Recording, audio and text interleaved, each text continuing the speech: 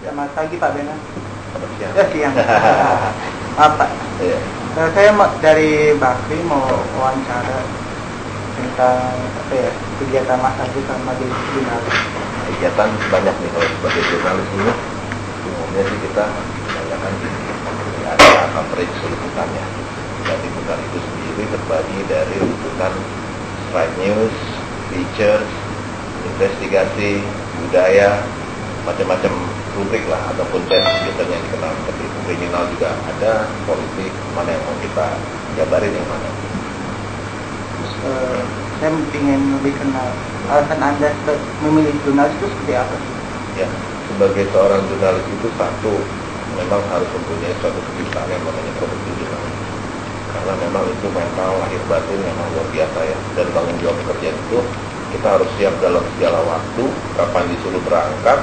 Kita tidak hanya liputan, istilahnya liputan hotel ke hotel ataupun liputan yang enak-enak ya, juga kadang-kadang seperti kayak darurat militer, terus tsunami seperti yang baru-baru terjadi di Gunung Salak. Nah, kita benar berangkat.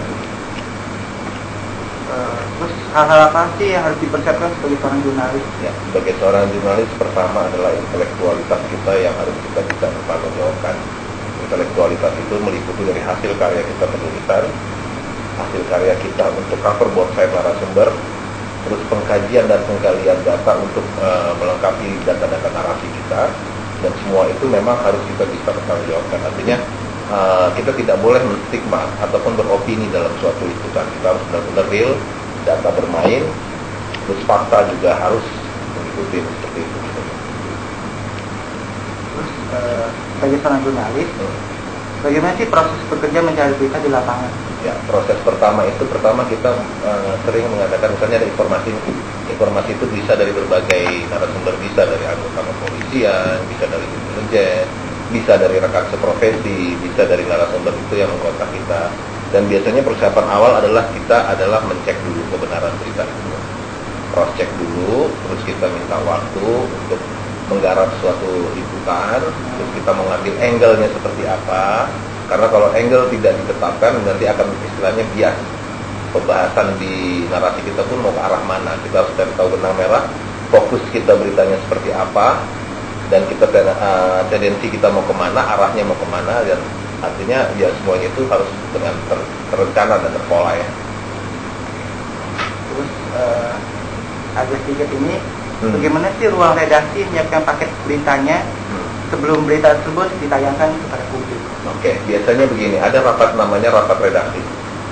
Ya kan, kita tim biasanya sudah diinformasikan, kita ke lapangan, seperti orang ke pasar lah, kita belanja, misalnya kita mau belanja sayur, wortel, ataupun tomat, kita belanja nih semua nih, berbagai data tadi yang aku bilang, data fakta kita kumpulin, udah jadi nih belanjaan kita kembali ke kantor dong. Nah nih, aku dapat ini nih, ya kan, di situ ada asisten produser, ada produser eksekutif, ada pimpinan yang lebih decision makernya lebih tinggi lagi. Oke, ini apa aja nih, bener nggak gini, udah diproses nggak gini, gitu loh. Setelah diambil semuanya data-data itu, kemudian mereka rapat redaksi namanya, untuk memutuskan ini layak tayang atau bagaimana, ataupun bisa ditayangkan, di-on-air-kan tanpa istilahnya merugikan pihak narasumber. Apakah memang udah cross check dari dua arah, cover both side namanya, keseimbangan dalam berita, balancingnya seperti apa. Nah, setelah mereka rapat redaksi, biasanya mereka langsung ke proses produksi namanya. Proses produksi itu ada editor lagi, istilahnya mengedit gambar, edit naskahnya lagi. Setelah itu baru QC udah oke, ACC lagi, baru on air gitu, kayak gitu. Tapi proses yang cukup panjang ya? Lumayan lah editingnya, lumayan. Tapi kalau untuk straight news biasanya tidak terlalu panjang. Yang panjang itu biasanya magazine itu kan berita setengah jam. Itu ada 4 segmen, satu segmennya lagi dibagi berapa scene, bisa 4 scene atau 5 scene. Nah seperti itu yang lebih panjang. Terus sedikit ada pertanyaan sedikit pribadi sebagai seorang jurnalis itu, tanggapan Mas sendiri itu tentang amplop dan independensi sebagai seorang jurnalis itu seperti apa sih? Oke, kalau kita berbicara independensi dalam seorang jurnalis itu memang wajib hukumnya independensi. Tapi di tengah retorika dan fenomena yang sekarang, sebenarnya channel-channel kita sendiri juga selalu mencanangkan bahwa seorang wartawan itu tidak bisa dibeli. ya kan? Tapi kenyataannya adalah banyak juga faktor yang ditemui. Kita tidak menutup mata seperti itu kasusnya seperti adik tanyain. Iya. Tapi kalau kita berbicara independensi secara global, saya balik bertanya, apakah pemilik stasiun TV itu independensi kan? Apa tanggapan Anda? Iya, pengen. Tidak kalau aku bilang. Iya. Karena satu, setiap pemilik stasiun itu pasti turun ke partai politik. Oh iya. Kalau kita berbicara independensi, kita harus berbicara independensi secara utuh, secara konkret, secara transparansi, secara akuntabel. Kalau menurut saya, kalau independensi tidak dalam ranah politik, tidak dalam ranah apapun, pure. Tapi ya zaman sekarang ini seperti yang aku bilang, kalau berbicara independensi, abu-abu zonanya. Kalau tanggapan saya pribadi ya, abu-abu. Tanggapan tentang amplop itu sendiri? Ya, kalau untuk amplop tergantung nih. Kalau untuk amplop ini memang sangat tidak dibenarkan. Peraturan perusahaan pun tidak boleh. Ya kan. Tetapi yang perlu ada catat bahwa persiapan seorang jurnalis itu tidak bisa menjadi orang yang kaya. Tapi ada kebanggaan dalam seorang jurnalis itu adalah apa? Dia menjadi saksi sejarah di lokasi. Dan seorang jurnalis itu saat orang eksodus seperti dalam bencana yang tadi saya bilang tsunami, orang kabur kita ke sana. Ya kan. Disitulah tantangan terberat resikonya. Seperti itu. Kalau amplop ya sangat tidak dibenarkan. Ya, dan itu tidak baik untuk objektivitas dan independensi berita itu ya tidak baik. Sama sekali tidak diperbolehkan. Tidak diperbolehkan dan itu ada aturannya jelas. Terus satu pertanyaan terakhir nih Mas. Oke. Ceritakan pengalaman menarik Anda sama peliputan sebagai seorang jurnalis. Ya, pengalaman menarik itu pada tahun 2003 waktu itu Embedded War. Itu sangat menarik. Saya menjadi angkatan wartawan perang pertama di Republik Indonesia. Pembekalan oleh Kontaipur Tangga Buana Karawang, dan kita masuk ke Korem 011 di Lawangsa. 1 bulan kita di hutan, makan pakai nasi beras yang masak di kos kaki, ya kan. Kita jalan sama anggota pasukan berbagai macam satuan, bisa dari Raja Wali, Kopassus, Kostrat. Itu kita bareng-bareng gerak.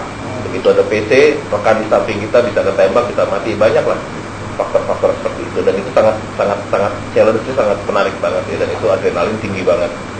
Seperti itu sih pengalaman yang paling menarik, adalah sebuah tantangan yang memang gak bakal bisa dilupain seumur hidup. Seperti itu.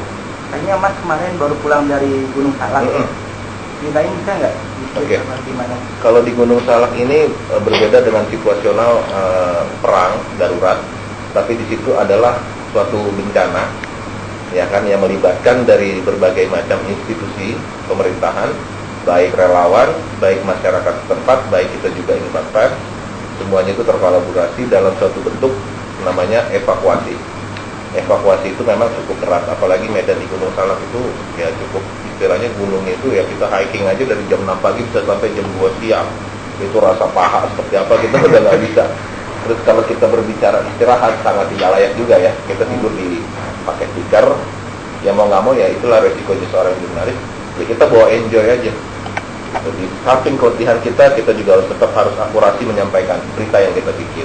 Dan menariknya di sana adalah disitulah kita bisa melihat bagaimana sih artinya sebuah hidup ataupun kehidupan. Artinya kita masih diberi kesehatan, kita masih diberi perlindungan sama Yang Maha Kuasa, itu sangat luar biasa.